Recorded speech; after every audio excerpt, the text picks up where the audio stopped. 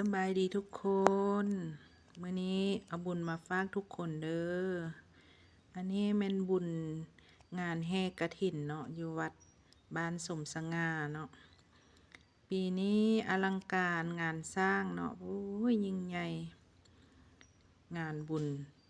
แห่กฐินเนาะกฐินบ้านสมสง่าเด้อ สาธุนำกัน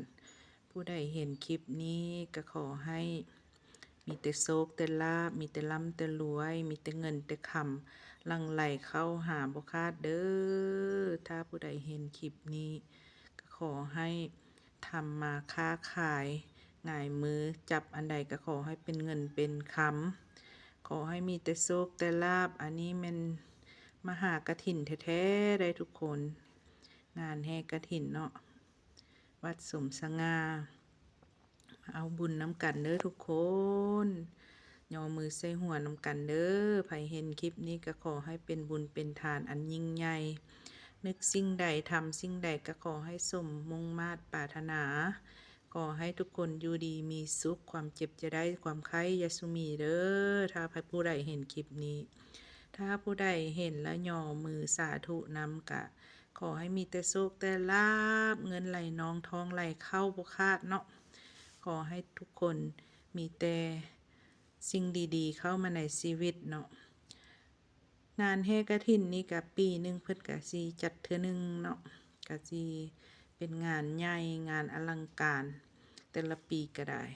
ปีนี้ก็หลายคนเนาะมาก็เกือบว่าบ้านใกล้เคียงบ้านเดียวกัน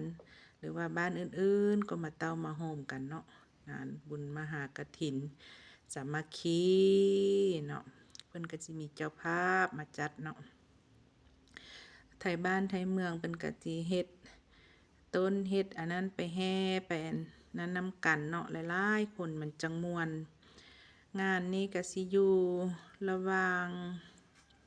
เดือนอันใดแล้วว่าลืมละ ขออภัยเด้อทุกคนถ้าผู้ใดฮู้ก็เม้นมาแหน่ลืมว่าเดือนหยัง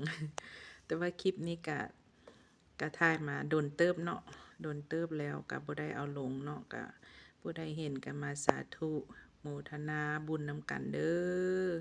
ขอให้ทุกคนมีแต่สิ่งดีๆเข้ามา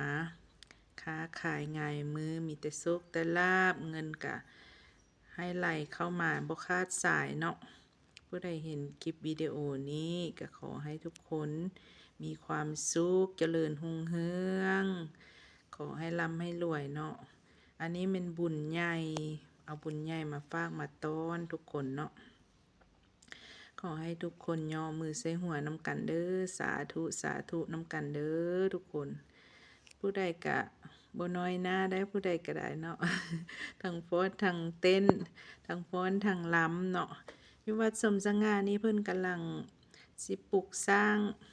ใหม่เนาะตอนนี้นี่เพิ่นเฮ็ดไปก็จนใกล้จะได้ตัดหลังคาแล้วเนาะเพราะว่าเพิ่นสร้างมาก็โดนเติบละสา